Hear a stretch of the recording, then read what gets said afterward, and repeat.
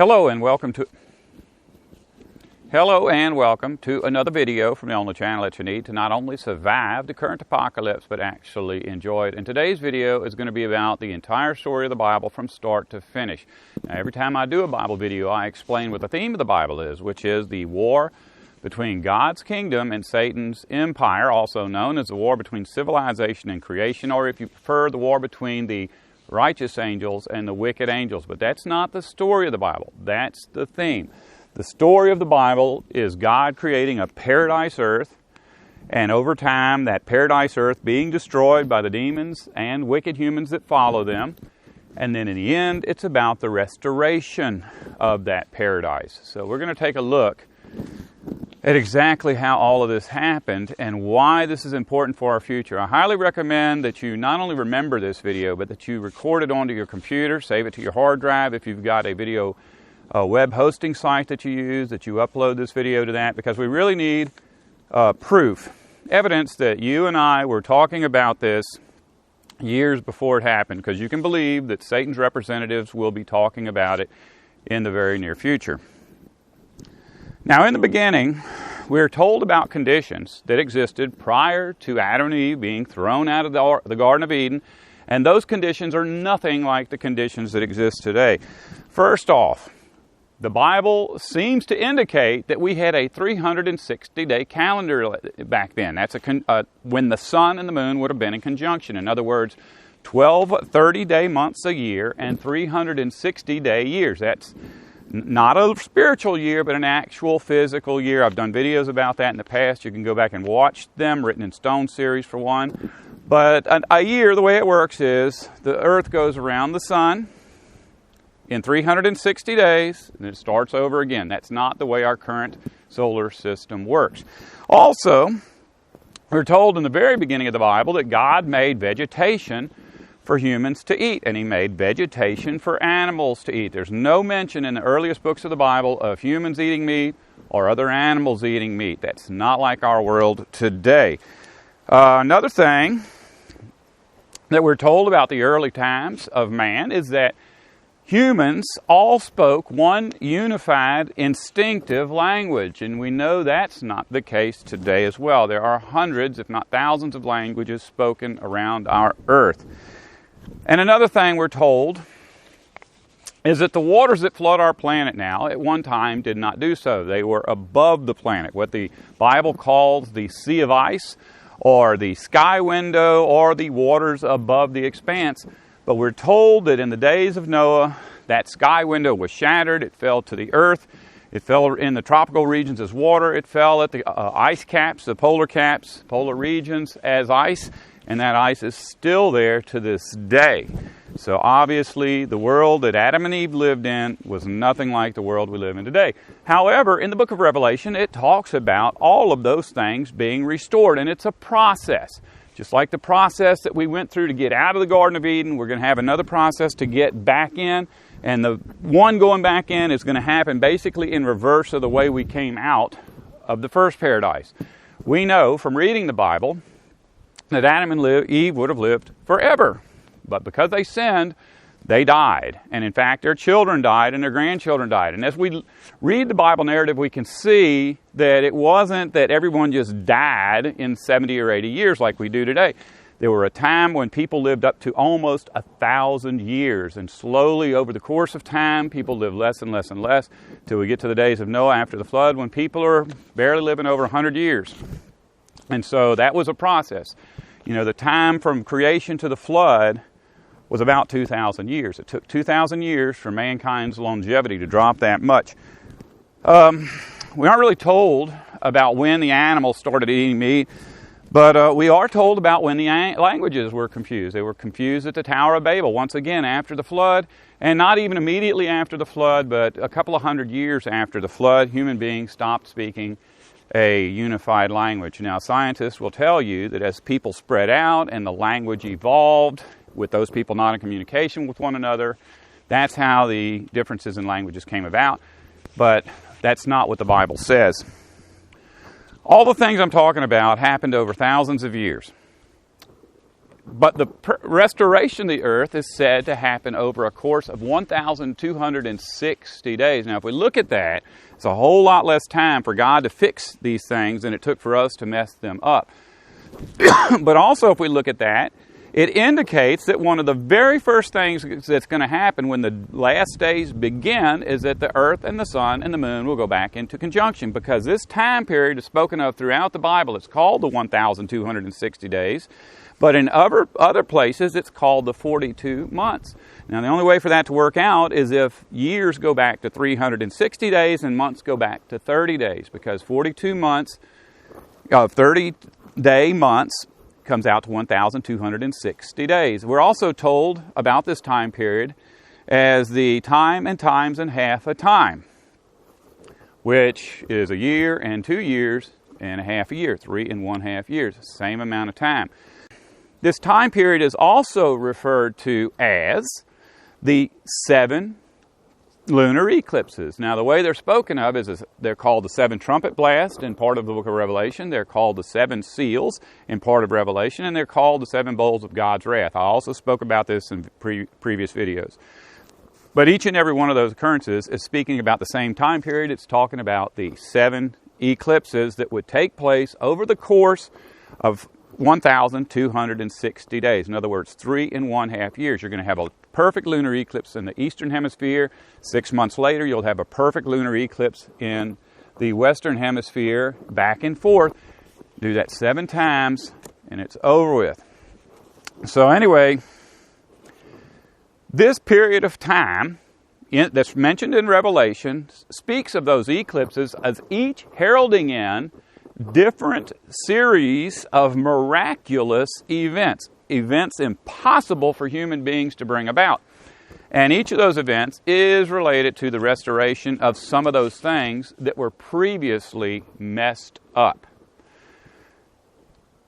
Interesting thing is many scriptures throughout the Bible speak of this time period as a miraculous time period where peace abounds, people live longer lives, people go back to speaking the perfect language, and they're always talking, it always sounds like it's talking about Christ's rulership. And in fact, there are religions around the world that believe that all of those prophecies are about the rulership of Christ.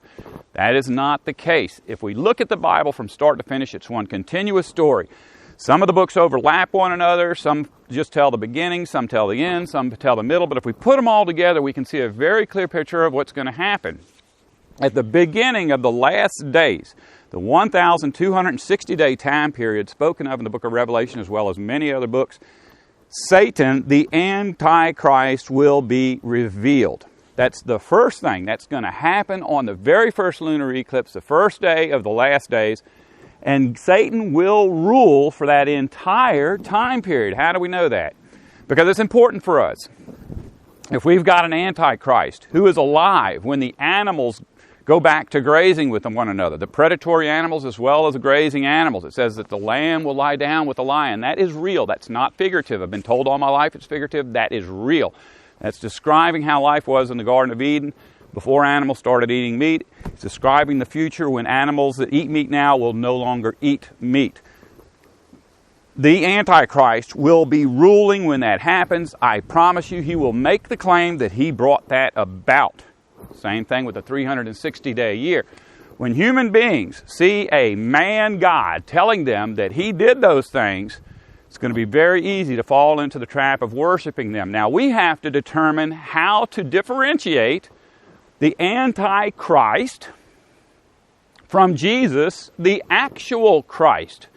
It's very simple. Paul left us some instructions that indicate how easy that's going to be. In each of those lunar eclipses, which are called trumpet blast, which you can go back and look at my series about the Written in Stone series, you can see that those trumpet blasts are associated with the Feast of Trumpets, which is associated with the lunar eclipse. In each one of those, miraculous events occur, but Paul says that when the 7th or final trumpet blast blows, we who are alive will enter into the cloud to meet Jesus as the dead are resurrected. That's the very last event. And at that point, Jesus and his angels replace Satan and his angels, and Jesus rules for 1,000 years, after which he hands the kingdom back over to his Father, the true God.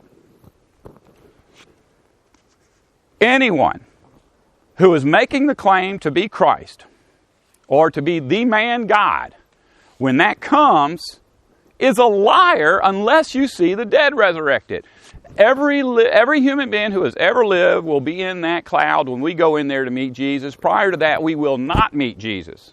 Those are Paul's words. And he says that we ourselves will be changed in the twinkling of an eye. Now, just so you know, we have a pattern to follow to determine what the Antichrist is going to do. Back in the earliest days, when Adam and Eve were thrown out of the garden, the very first kingdom established was called Egypt, and the person that ruled over Egypt was the Pharaoh. His name was Osiris. Osiris ruled over Egypt until Egypt collapsed and was replaced by the Assyrian Empire. The Assyrian Empire in the Bible is said to be ruled by Artaxerxes. However, in the book of Esther, he is spoken of by a different name because it's in a different language, and instead of calling him Artaxerxes, they call him Ahasuerus. Ahasuerus is Osiris. Osiris means the bearer of the eye of enlightenment. So does Ahasuerus. Later, the Assyrian Empire is replaced by the Phoenician Empire. In the Bible, the Phoenician Empire is referred to as Tyre, Tyre being the capital city of Phoenicia. Phoenicia is eventually conquered and replaced by the Greek Empire. The Greek Empire eventually is replaced by the Roman Empire. Under Greece, the god king is referred to as Zeus. Zeus simply being another incarnation of Ahasuerus, who himself was an incarnation of Osiris. Under the Romans, the god king is called Jupiter. Lucifer, the king of Tyre, the ruler of Phoenicia. His name doesn't sound anything like Osiris, but in the Hebrew language, the name Lucifer means bearer of enlightenment, the same as the Osiris name means bearer of the eye of enlightenment. Each and every one of these God men presented themselves as a righteous, benevolent God, not the malevolent being that we think of as Satan. Each one was said to teach his people. All stories about Osiris from the ancient past talk of him teaching mankind about agriculture and building and science. The science back then was called sacred geometry. Over the course of time, sacred geometry became known as alchemy. Over the course of time, alchemy became known as science. They're all the same thing. All were given to us by Satan. All are going to be done away with as we learn truth and stop learning fiction. Not only does Satan, the enlightener, have a scientific, well-established scientific community to support his position, he also has a 6,000-year-old religious organization to support his position. And I don't mean the bad religions. I'm talking about every established religion on this planet. It doesn't matter what version of it is. Each and every religion that exists for one purpose, and that is to represent the Antichrist as your Savior. I don't care who it is, the priests, the preachers, the imams, the lamas, the rabbis, every single one of those clean-shaven, short-haired, suit-wearing, SUV-driving, state-certified theologians works for the empire. Now, earlier I told you it would be a good idea not just to remember this stuff, but also to save this video to your hard drive, and if you've got some kind of video hosting site that you use, to post this video on those sites. And the reason for that is I can't compete against all those guys. I'm a long-haired, long-bearded, old man living in the swamp. But if all of this is posted somewhere so that we have evidence that you and I were talking about this years before the empire's religious representatives were talking about it, then nothing they say has any value whatsoever. A third of the planet's population is going to survive this. When Armageddon comes, 2/3 will die. If you don't want to survive, don't listen to me.